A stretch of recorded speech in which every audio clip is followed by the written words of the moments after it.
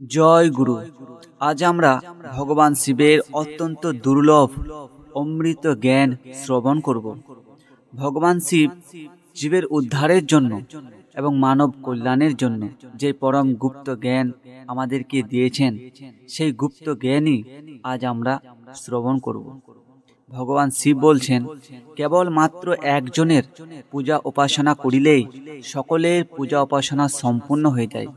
কেবলমাত্র একজনকে প্রসন্ন করিলেই সকলেই প্রসন্ন হয়ে যায় এবং কেবলমাত্র একজনের উপাসনা করিলেই সকল প্রকারের সিদ্ধি, সকল প্রকারের সফলতা, সকল প্রকারের সুখ শান্তি ও পরম আনন্দকে লাভ করা যায়।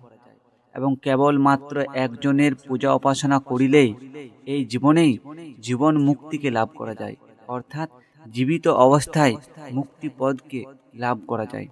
তো আসুন আমরা ভগবান শিবের সেই অত্যন্ত দুর্লভ অমৃত জ্ঞানকে শ্রবণ করি আর আমাদের এই অনন্ত দুর্লভ মনুষ্য জন্মকে সফল করি, সার্থক করি।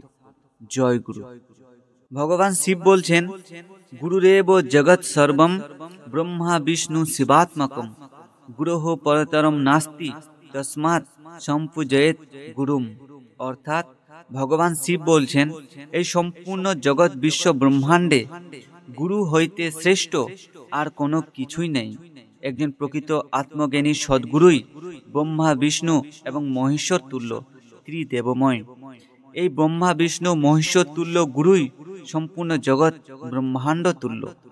গুরু ছাড়া এই বিশ্ব ব্রহ্মাণ্ডে আর কোনো কিছুই সত্য নয়। গুরুই এই বিশ্ব সংসারে সকলের অন্তরে বিরাজ করিতেছেন। এই জ্ঞানে প্রকৃত গুরু ভক্তগণ গুরুর পূজা করিয়া থাকেন এবং একজন প্রকৃত স্বরূপ সিদ্ধ আত্মজ্ঞানী সদ্গুরুর পূজা করিলেই সকলের পূজা করা হয়। কেননা একজন আত্মজ্ঞানী সদ্গুরুতে আর পরমাত্মাতে কোনো ভেদ থাকে না। একজন প্রকৃত আত্মজ্ঞানী সদ্গুরু নিজ আত্মার অনুভব বা উপলব্ধি করিয়া নিজ আত্মাকে পরমাত্মাতে এক করে দেন।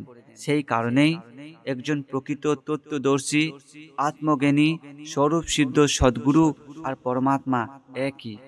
একজন আত্মজ্ঞানী সদ্গুরুতে আর পরমাত্মাতে তিল পরিমাণও ভেদ থাকে না। সেই কারণেই একজন প্রকৃত সদ্গুরুর পূজা উপাসনা করিলে এই জগৎ, এই ব্রহ্মাণ্ডের সকলের পূজা উপাসনা করা হয়। একজন প্রকৃত আত্মজ্ঞানী সদ্গুরুকে সন্তুষ্ট করিলেই এই জগৎ ব্রহ্মাণ্ডের সকলকে সন্তুষ্ট করা হয়। এবং সদ্গুরুর পূজা উপাসনা দ্বারাই এই জীবনেই সকল প্রকারের সুখ শান্তি এবং পরমানন্দকে লাভ করা যায় এবং এই জীবনেই জীবন মুক্তিকে লাভ করা যায়। তাই ভগবান শিব বলছেন, সপ্ত সাগর পর্যন্তম তীর্থ স্নানাদিকেহ ফলম গুরুরঙ্ঘ্রি জলম বিন্দুম সহস্রাংশেন দুর্লভম। অর্থাৎ ভগবান শিব বলছেন, একজন প্রকৃত স্বরূপ সিদ্ধ আত্মজ্ঞানী সদ্গুরুর চরণামৃত অর্থাৎ চরণ ধৌত জল এই সম্পূর্ণ জগৎ, এই ব্রহ্মাণ্ডের সব থেকে দুর্লভ বস্তু, সব থেকে উত্তম বস্তু। কেননা একজন প্রকৃত আত্মজ্ঞানী সদ্গুরুর চরণ ধৌত জলের এক বিন্দু পান করিলে যে ফল হয়, এই সম্পূর্ণ জগৎ ব্রহ্মাণ্ডে সপ্ত সাগর পর্যন্ত যত তীর্থ আছে সেই সমস্ত তীর্থে ভ্রমণ, সেই সমস্ত তীর্থ স্নানের ফল সেই গুরুদেবের চরণামৃত এক বিন্দুর ফলের সহস্র ভাগেরও এক ভাগের সমানও হইতে পারে না। গুরুদেবের চরণামৃতের এতটাই মাহাত্ম্য বা মহিমা রয়েছে। তাই ভগবান শিব বলছেন, একজন প্রকৃত স্বরূপ সিদ্ধ আত্মজ্ঞানী সদ্গুরুর চরণামৃত পান, সেই গুরুর পূজা উপাসনা করিলেই এই জীবনেই সকল প্রকারের সুখ শান্তি পরম আনন্দকে লাভ করা যায়, এই জীবনেই জীবন মুক্তিকে লাভ করা যায়।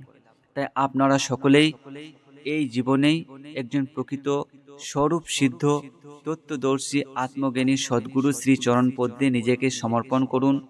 সেই গুরুর চরণের পূজা উপাসনা করুন, সেই গুরুর চরণ ধৌত জল পান করুন এবং সেই গুরুর নিকট হইতে নিজ আত্মজ্ঞানকে লাভ করুন এবং এই জীবনে পরম সুখ, পরম শান্তি, পরম আনন্দকে লাভ করুন এবং এই জীবনেই জীবিত অবস্থায় জীবন মুক্তিকে লাভ করুন আর নিজের এই অনন্ত দুর্লভ মনুষ্য জন্মকে সফল করুন। জয় গুরু।